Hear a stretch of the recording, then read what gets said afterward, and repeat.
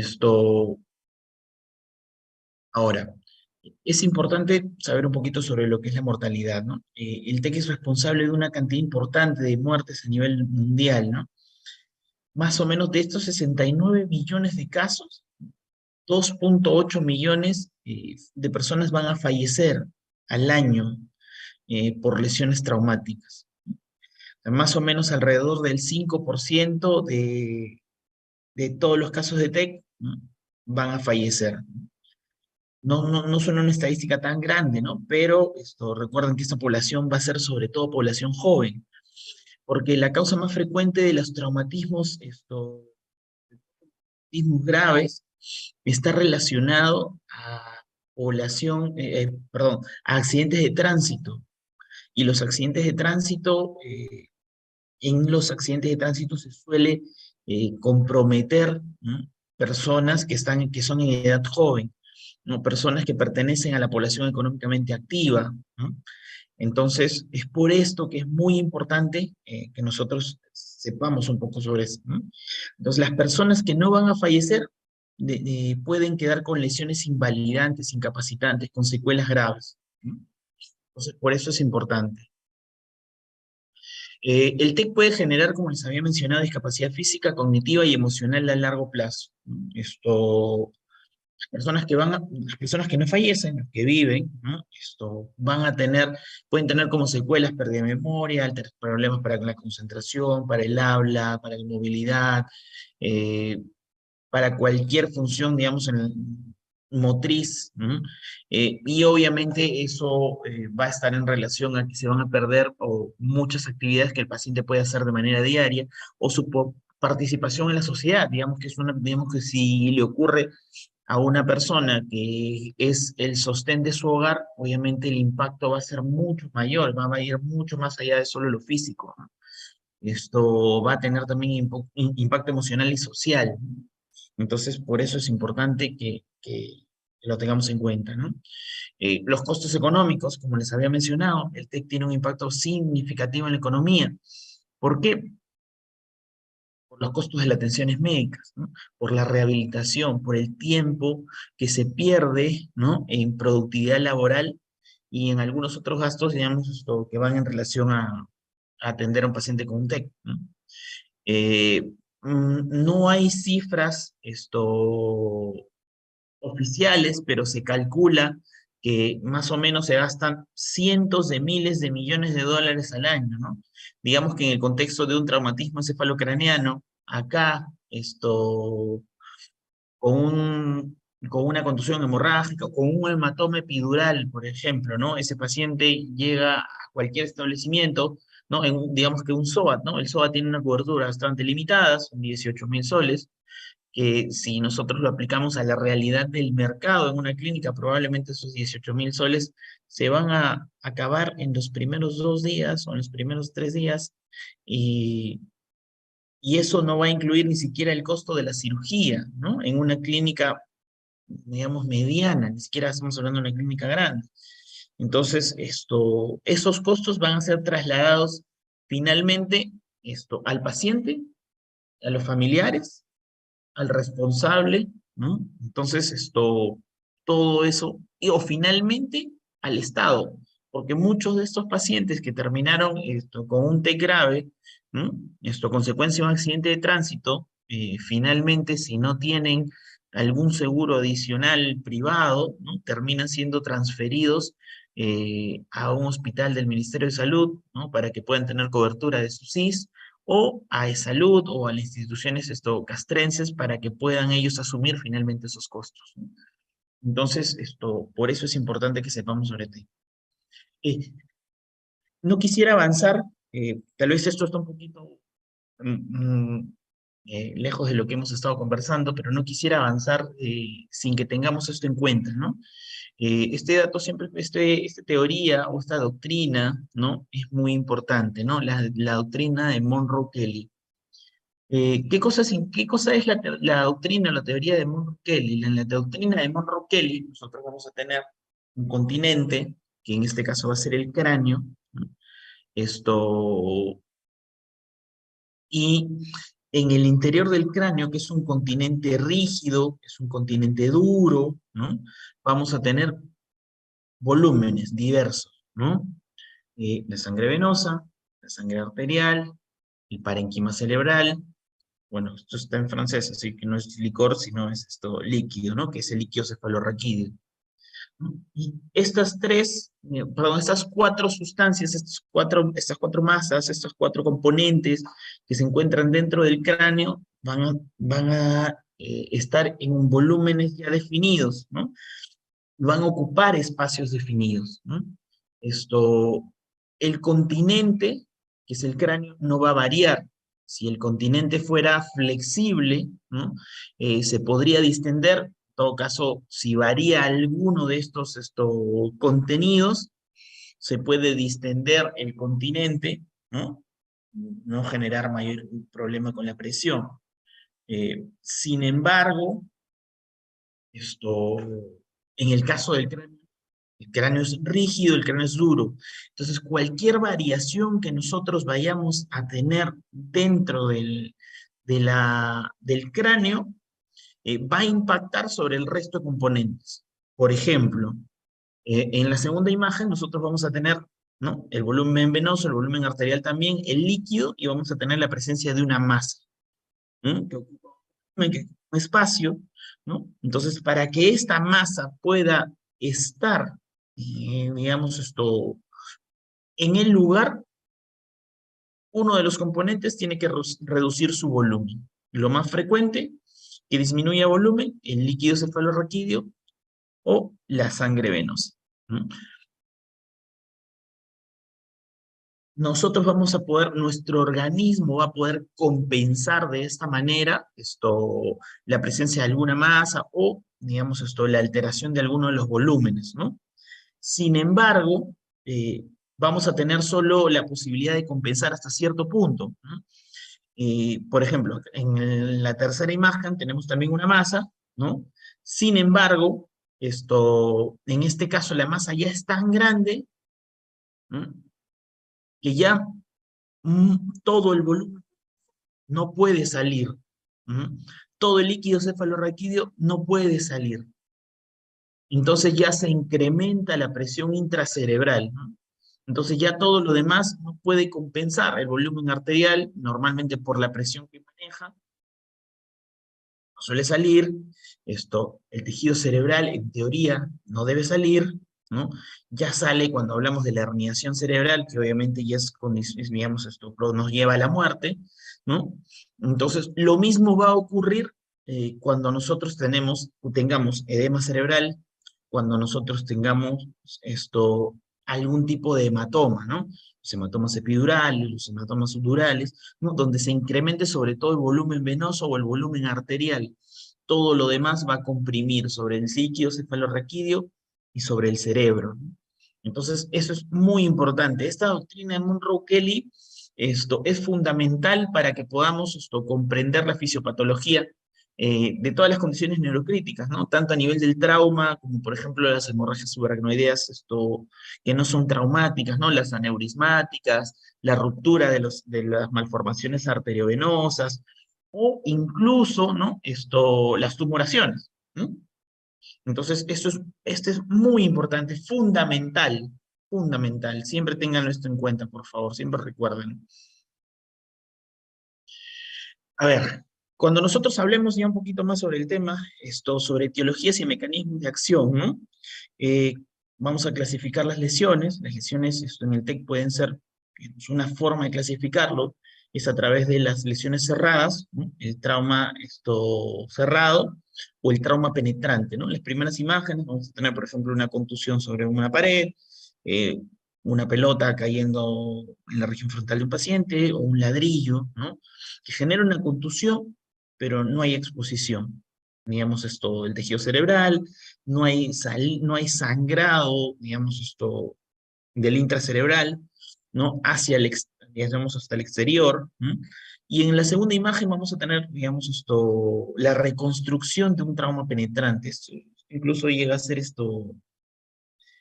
un caso muy, muy interesante de un obrero británico, que me parece que en muchos cursos universitarios se menciona, se habla, ¿no? Donde se genera compromiso frontal, ¿no? Y el paciente, digamos, tiene pérdidas frontales, comienza a tener comportamiento pueril, ¿no? Por la lesión que llega a tener. Esto, esto es un traumatismo encefalocraniano penetrante, ¿no? Yo creo que no quedan dudas.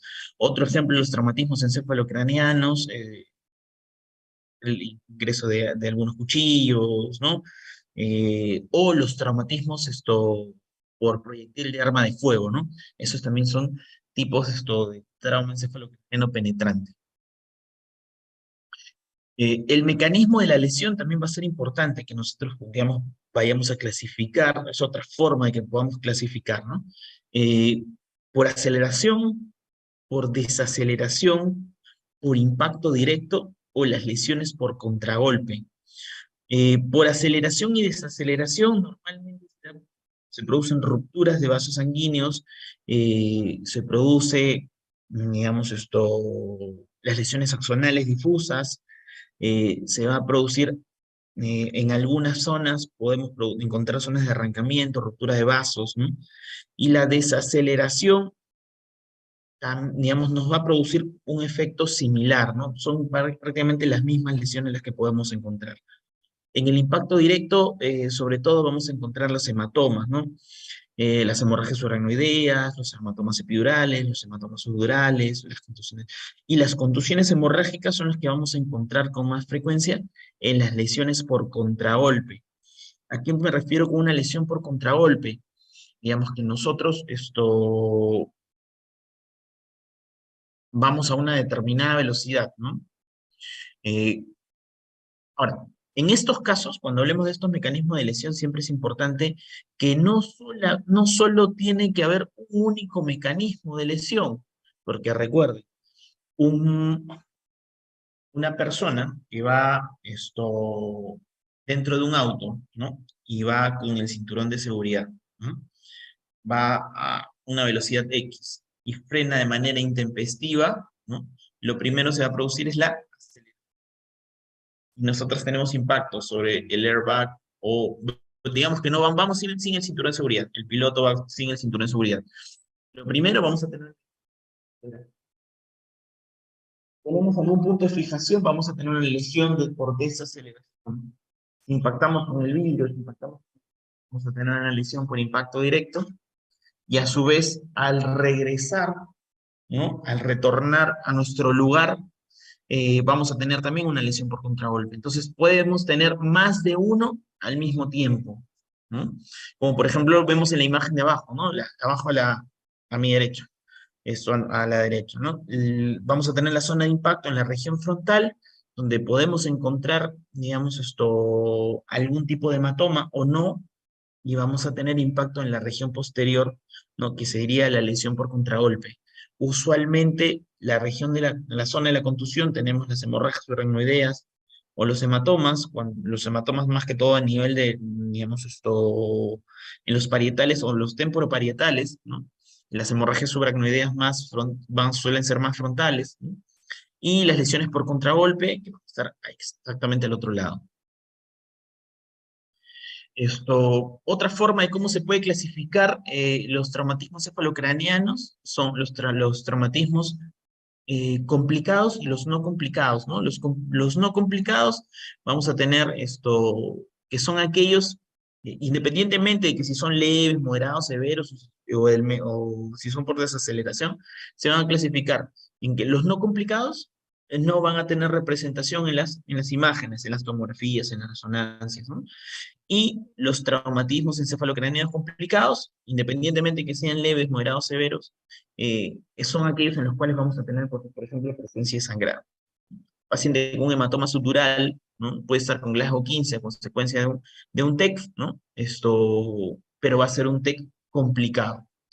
La otra forma es a través, digamos, según la severidad. Y la severidad va a estar dada por lo que es la escala de coma de Glasgow. La escala de coma de Glasgow nos va a servir para hacer una valoración inicial, después vamos a hablar más ampliamente, ¿no? Pero, por ejemplo, un Glasgow del 13 al 15, hablamos de un traumatismo encefalocraneano leve, del 8 al 12 hablamos perdón, del 9 al 12 hablamos de un traumatismo encefalocraniano moderado, o de 8 hacia abajo ya vamos a hablar de un traumatismo encefalocraniano grave. ¿No?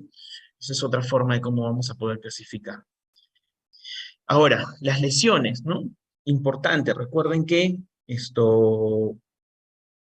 vamos a tener nosotros lesiones primarias, vamos a tener lesiones secundarias, e incluso se habla de las lesiones terciarias, ¿no?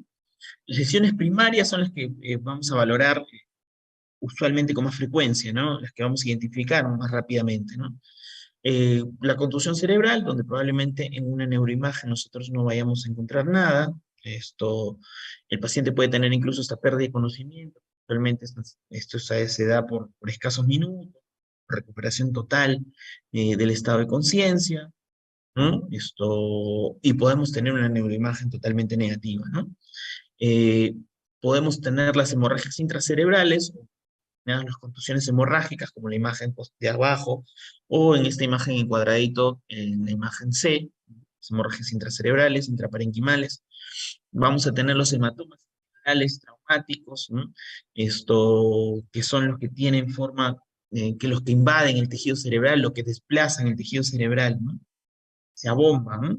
Esos son los hematomas epidurales que se producen por sangrado arterial, ¿no? Normalmente lo vamos a encontrar dentro de las primeras horas, ¿no?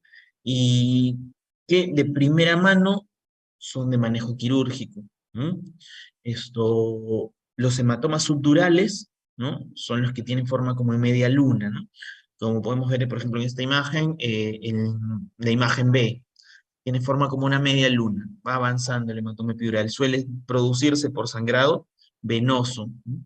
Esto, y es bastante frecuente encontrarlo en pacientes, sobre todo en adultos mayores, ¿no? En pacientes con antecedentes de anticoagulación, ¿no? En pacientes en los cuales tienen algún grado de atrofia cerebral, ¿no?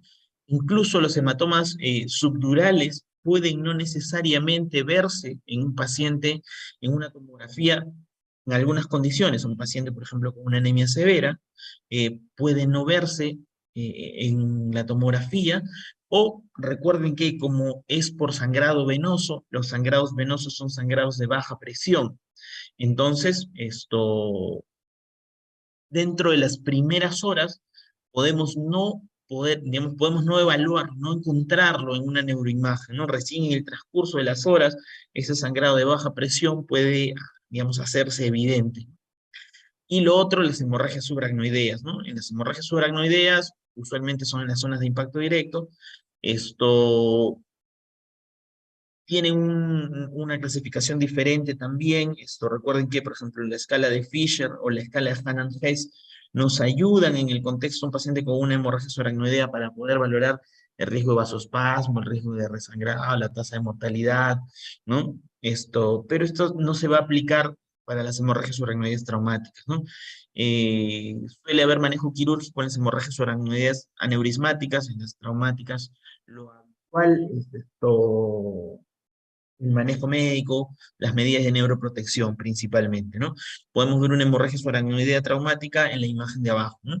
En la región temporal del lado izquierdo de la tomografía, ¿no? Vemos unas imágenes, eh, en esta zona de acá, ¿no? Que es de una hemorragia subaracnoidea. Ahora, ¿y cuáles son las lesiones secundarias?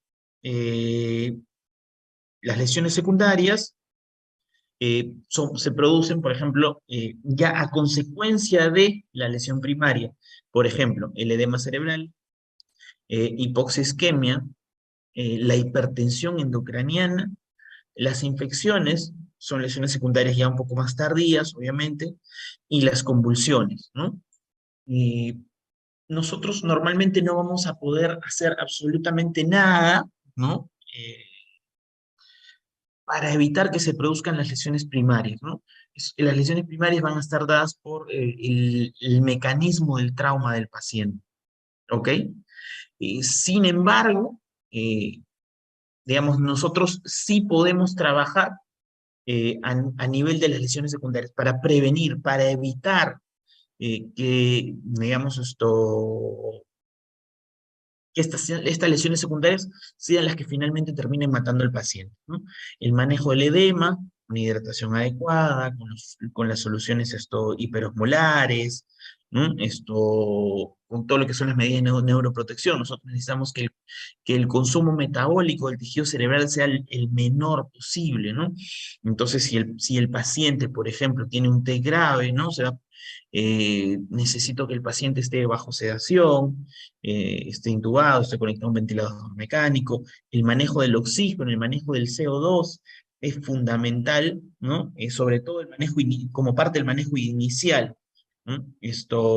Recuerden que el CO2 es un vasodilatador, ¿no? Entonces, mientras mayor cantidad de CO2 tengamos, vamos a tener vasos, digamos, más dilatados y por ende, si tenemos una lesión traumática con presencia de sangrado, el volumen de sangrado se va a incrementar y obviamente con ello vamos a incrementar la presión intracerebral, ¿no?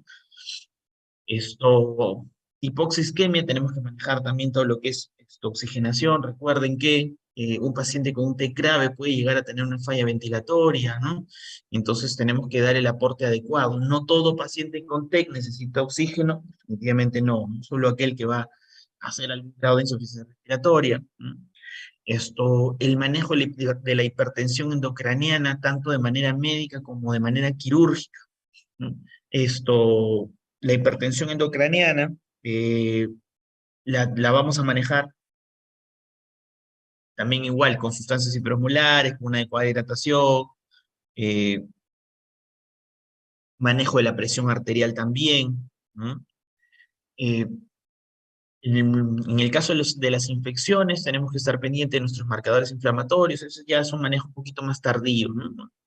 Normalmente un paciente no va a tener infecciones dentro de las primeras 24, 48, 72 horas, que es en realidad lo que nos compete a nosotros como parte del manejo de emergencia, ¿no? Y tener en cuenta que parte de las medidas de neuroprotección es evitar que el paciente presente episodios de convulsiones.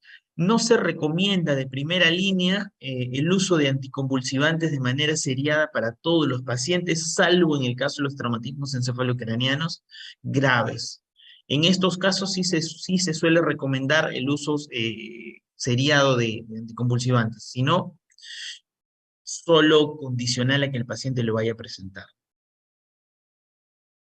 Después vamos a hablar un poquito sobre neuroprotección. Evaluación inicial y manejo prehospitalario, ABCDE, ¿no? Vía aérea primero, ¿no? En el traumatismo, en el trauma, ¿no? En las lesiones traumáticas es importante ver qué paciente va a necesitar manejo de vía aérea, ¿no? Cuando hablamos de nosotros de manejo avanzado de vía aérea, de intubación orotraqueal, eh, una de las indicaciones, básicamente tiene tres indicaciones, ¿no? Una de ellas está en relación a, si recuerdan, dicen cuando un paciente tiene una escala de coma de Glasgow por debajo de 8, ¿no? Una de esas indicaciones es cuando el paciente no puede proteger su vía aérea. Hay una relación entre, digamos, la abolición del reflejo de protección de vía aérea y el puntaje en la escala de coma de Glasgow. Normalmente cuando un paciente tiene un Glasgow menos de 8, su reflejo de protección de vía aérea suele estar abolido. Por eso es que en estos casos se les intuba a los pacientes para poder proteger su vía aérea, ¿no? Y evitar que el paciente se vea expirar y tener otro tipo de complicaciones, ¿no? Eh, Acá es importantísimo la escala de Comas-Glasgow, ¿no? Acá podemos tener una referencia de lo que ya habíamos conversado, ¿no? Para poder clasificar si es un TEC leve, si es un TEC moderado, si es un TEC grave, ¿no? Y en función a esto, acá es donde debería aplicarse sobre todo, ¿no?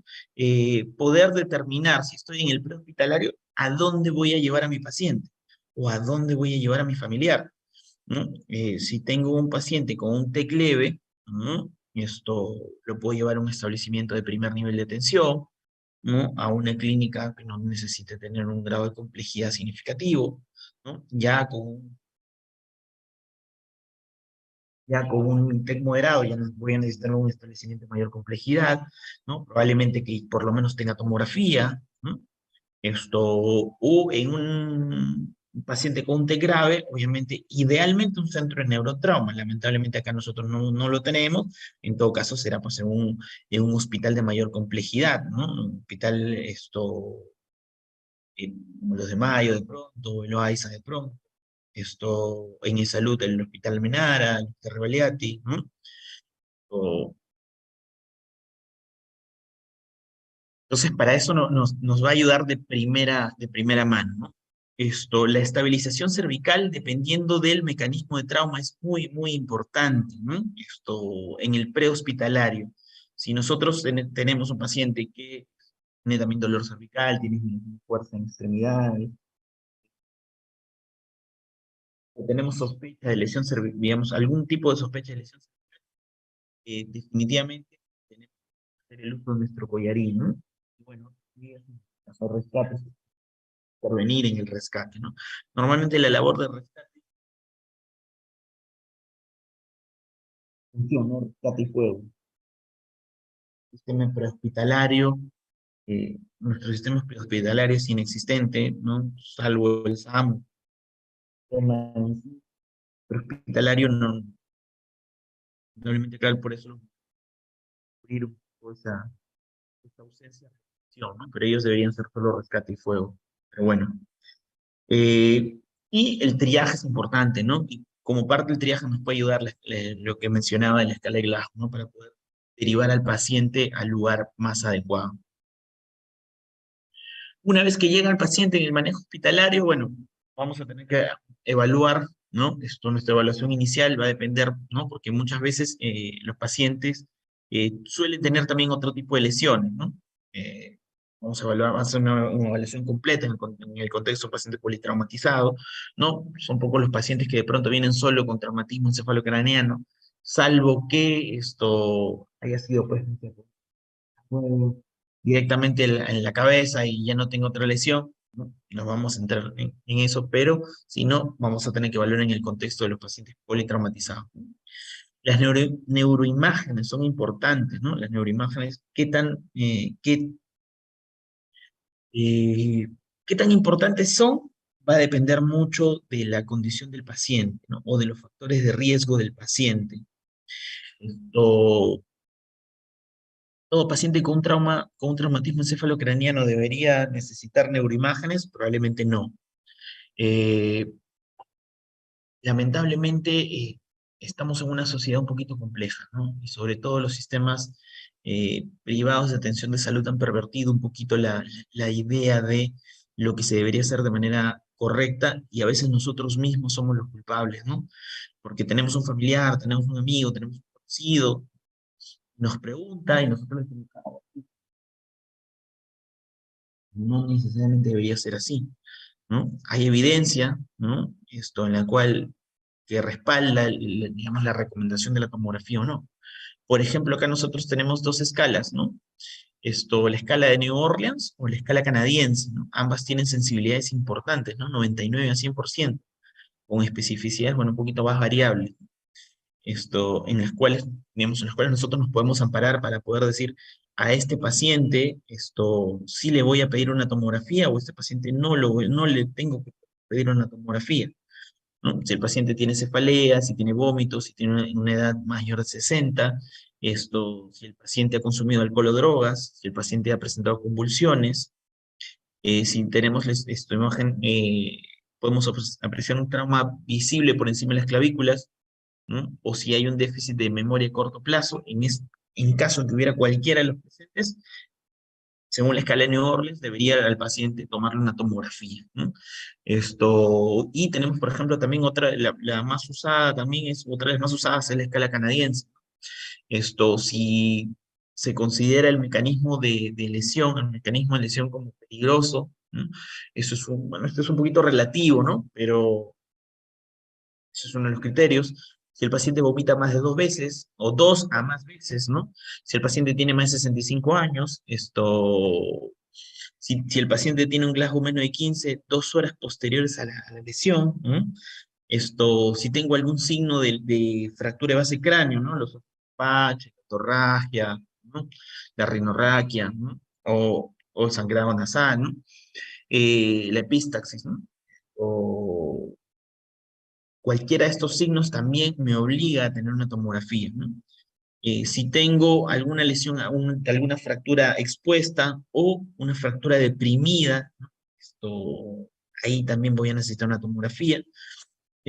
O si el paciente presenta amnesia más o menos alrededor de unos 30 minutos antes de la lesión, ¿no?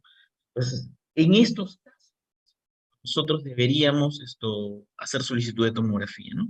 No en lesiones en las que de repente abrí la puerta y me golpeé, tuve pérdida de conocimiento, esto, me agaché para algo y me levanté y me pegué con la puerta, no tuve absolutamente nada, ninguno de estos síntomas, no necesitamos una tomografía. Nosotros somos los responsables de que se pueda aplicar estos criterios, ¿no? Somos responsables eh, con nuestros pacientes y con la sociedad de poder explicarles qué pacientes realmente necesitan, ¿no? Para no exponerlos a una radiación innecesaria.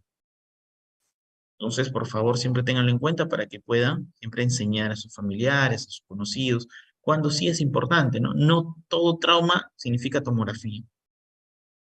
El monitoreo continuo, importante, porque, por ejemplo, que tiene un puede ser tratado con un TEC leve al inicio, hablando de sangrado arterial. El sangrado arterial puede variar en el transcurso de las horas, en el transcurso del tiempo, y ese paciente puede incrementar su volumen de sangrado y va a presentar un deterioro. Tener un hematoma epidural pequeño, a tener un hematoma epidural mucho más, de mayor volumen, y ya tendría que ser grave, ¿no? Un té complicado, ¿no? Por eso es importante el monitoreo continuo. Un paciente comenzar a tener signos de herniación, ¿no? Signos de pues, incremento de la presión intracerebral. Recuerdan en los seminarios, durante la semana se han estado hablando de monitorear la presión intracerebral. ¿Se acuerdan de los criterios las tríadas que hablábamos, ¿no? Sobre todo la tríada de Cushing, ¿no? Para hablar de hipertensión endocraniana, ¿no? Entonces, todo eso tenemos que monitorear. No a todo paciente con trauma cerebral le vamos a colocar un monitor, ¿no? Un catéter para medir la presión intracerebral, pero lo podemos hacer de manera clínicamente, ¿no? Esto, entonces, todo eso tenemos que irlo valorando. Por eso el paciente tiene que estar en monitoreo continuo, ¿no? Según lo que vaya a tener. Si es un TEC leve, pues de pronto no es necesario, ¿no? Pero si es un TEC grave, un TEC complicado, ¿no? Ahí todo eso hay que irlo valorando. El tratamiento quirúrgico. Esto de acá es importante, es muy importante. Eh, Antes hablábamos de tratamiento quirúrgico en pacientes, por ejemplo, con un hematoma epidural.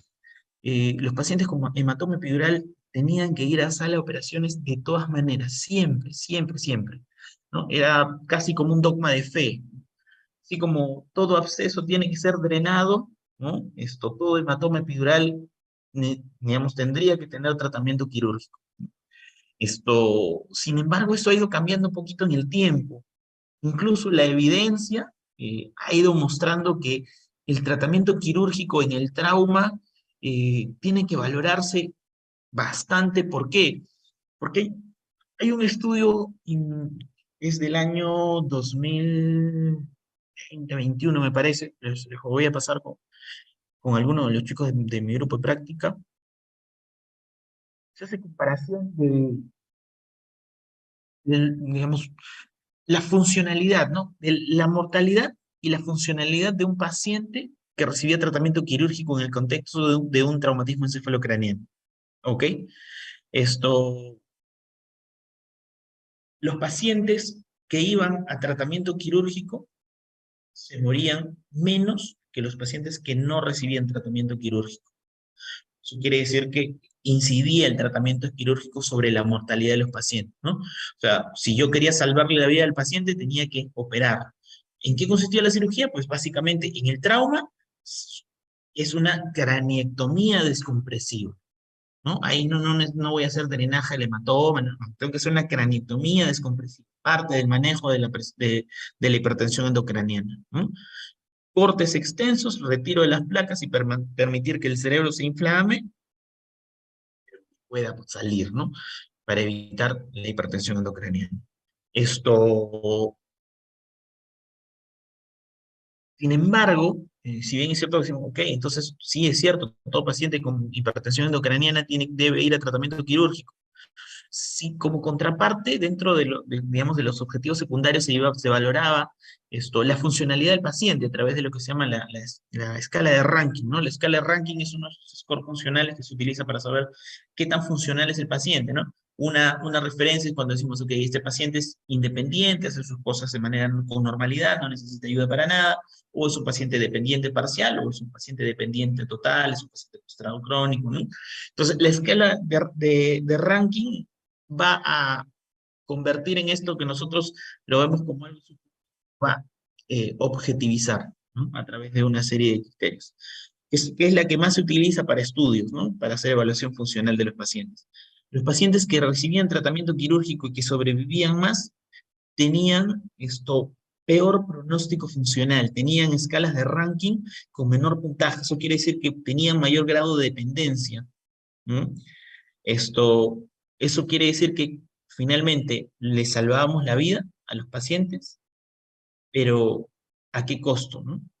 A qué cosa es a qué estábamos aspirando? ¿En qué iba a terminar nuestro paciente al que se le iba a salvar la vida? Iba a terminar como un paciente postrado, ¿no? Con múltiples secuelas, ¿no? Y finalmente iba a terminar siendo hasta una carga económica para su familia, ¿no? Entonces, todo eso hay que valorarlo, ¿no? Las craneectomías descompresivas hay que valorarlas de pronto en pacientes muy jóvenes, muy funcionales, que tienen mucho por delante, ¿no? Pero la indicación del tratamiento quirúrgico es cada vez más restrictivo, solo cuando tenemos hipertensión endocraniana que no vamos a poder manejar médicamente, ¿no? Y las medidas de neuroprotección, lo que les decía, ¿no? Que tenemos que evitar esto para reducir el consumo metabólico. Eh, Básicamente, control de temperatura, esto es importante, eh, control de electrolitos, ¿no? Los niveles de sodio, sobre todo si vamos a usar sustancias hiperosmolares, esto, las convulsiones, importante, la intubación para protección de la vía aérea, la ventilación mecánica, el manejo del CO2, sobre todo en las primeras horas, ¿no? Ya después, pasadas las primeras horas, el organismo comienza a compensar, ¿no? Y ya no, digamos, ya el CO2, digamos, no es lo que va a formar tanto parte digamos, para lo que es vasodilatación o vasoconstricción, pero sí dentro de las primeras 2 o 3 horas. Esto, ¿Qué otra cosa es, digamos, interviene en las medidas de neuroprotección? El reposo, el descanso del paciente, la cabecera en 30 grados, el hecho que no esté movilizando a mi paciente, ¿no? El paciente tiene que estar ya en una posición determinada. Si voy a pedir alguna imagen, tengo que pedir pues, la imagen desde un inicio de todo lo posible para después no estarlo movilizando al paciente, ¿no? El manejo del dolor es importante, ¿no? La hidratación es importante. Se hizo un estudio en pacientes en unidad de cuidados intensivos, ¿no? Y el manejo de dolor a veces era deficiente, ¿no? Y eso también podía generar incremento de la presión intracerebral, ¿no? Entonces, todo paciente que está intubado, conectado a un ventilador mecánico, tiene que estar adecuadamente sedado. Bueno, estos son los scores que les había mencionado. Importante, dentro de lo que es la prevención, ¿no? Educación y promoción de la seguridad vial, ¿no? Probablemente la mayoría de ustedes conduzcan, ¿no? Entonces tratemos de cumplir las normas de tránsito, ¿no? Si tenemos una velocidad determinada, cumplamos con esos límites de velocidad. Eh, yo creo que no tengo que explicarles y decirles, ¿no? Hay múltiples videos en todas las plataformas que existan, en las redes sociales, ¿no? De cómo termina un vehículo impactando a diferentes velocidades, ¿no? Entonces, por eso mismo, respetemos los límites de velocidad, ¿no? Usemos el cinturón de seguridad. Y es importante, ¿no? Las motos, ¿no? Las motos son un peligro constante, ¿no? Tal vez sea más económico movilizarse en moto, tal vez sea más rápido movilizarse en moto, pero una persona que se cae y que sufre un accidente en moto es más que probable que va a tener lesiones graves o que va a morir en el intento. El uso de casco, ¿no? Hay muchas personas que se ve que están en su moto y no tienen casco. O que tienen varias personas en la moto, ¿no? Hasta niños en la moto. Entonces, todo eso es importante, el equipo de protección. Ya cuando hablamos de a veces lesiones traumáticas, también se ve en el ambiente laboral, ¿no? A veces vemos que hay obreros que caen del cuarto o quinto piso y no tenían casco. Entonces, todas esas cosas, ¿no? Tenemos que, digamos, más como sociedad, ¿no?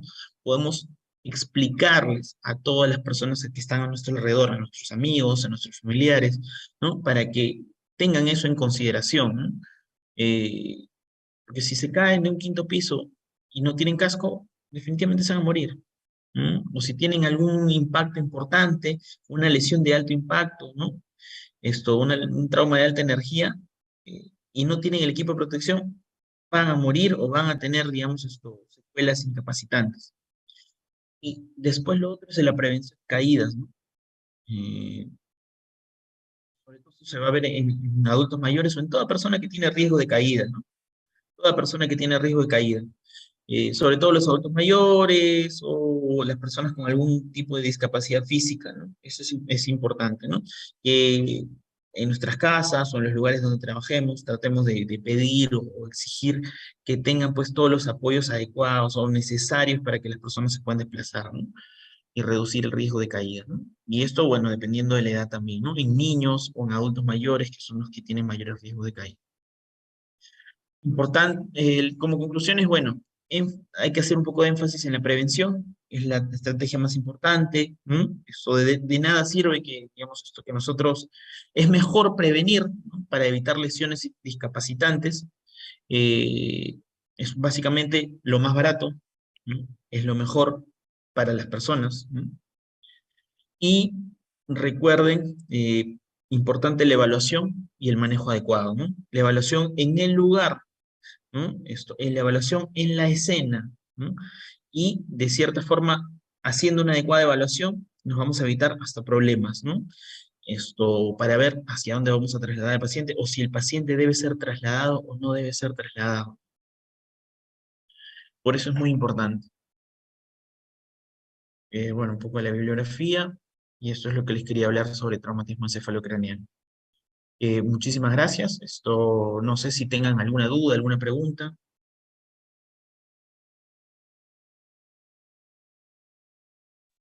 Ah, doctor, una pregunta. ¿Cuál es la escala más, entre la escala de Orleans y Canadá, cuál se utiliza con más frecuencia? La que se utiliza con más frecuencia es la canadiense, pero se puede utilizar en realidad cualquiera, la de New Orleans también. E incluso dependiendo del lugar donde vayas a estar, vas a encontrar de pronto mayores datos, ¿no? Probablemente los americanos usan más New Orleans, eh, en Europa se utiliza más la canadiense, ¿no? En Australia se utiliza más en Oceanía se utiliza más la canadiense, ¿no? Pero en realidad a veces no necesariamente importa que digas, ok, puedo utilizar o esta, ¿no? Las dos tienen sensibilidades muy, muy parecidas, ¿no? Cerca al 100%. Lo importante es que nosotros sepamos qué escala vamos a utilizar. Ahora incluso las herramientas que tenemos en las herramientas electrónicas que tenemos a la mano, no creo que haya alguien a estas alturas en la clase que no tenga un smartphone, ¿no? Creo que el que menos tiene su teléfono inteligente, ¿no? Entonces tenemos múltiples aplicativos con escalas, ¿no? Entonces yo solo tengo que recordar, ok, tengo un paciente con un trauma, ¿no? ¿Cuál es la escala que voy a utilizar? Entonces entro a mi teléfono, ingreso mis datos y puedo saber. Y eso me va a ayudar a veces con quien menos pensamos, ¿no? Dios no quiera, podemos tener un familiar muy cercano que sufre un TEC eh, moderado, un TEC grave dentro de la casa y nosotros vamos a poder tener la opción de poder decir, ok, este paciente es un TEC leve o es un TEC grave y lo tengo que trasladar a este lugar, ¿no? Entonces, por eso es importante, ¿no?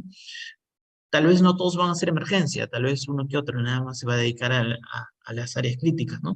A la UCI, a emergencia, pero esto nos puede ayudar en nuestro día a día, ¿no? No va a faltar, así sean patólogos clínicos, así sean epidemiólogos, ustedes siempre van a ser médicos en su familia, ¿no? Así sean radiólogos, pueden ir por la calle y si están con algún distintivo de esto, digamos que los relaciona, que los vincula con la carrera médica, si ocurre algo, van a pedir su opinión o su ayuda, ¿no? Entonces, esas cosas, hay algunos conceptos que tenemos que saberlo siempre, ¿no? Por lo menos los conceptos básicos, que nos pueden ayudar bastante.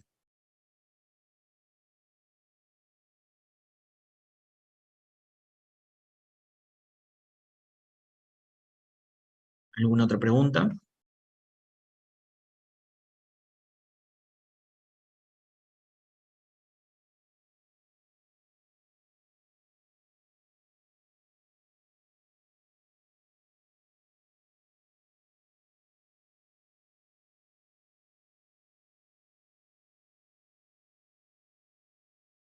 Pero no estarle robando tiempo al doctor Arevalo. ¿Me avisan si no? No, doctor, todo claro. Listo, muchísimas gracias. Entonces no les quito más tiempo.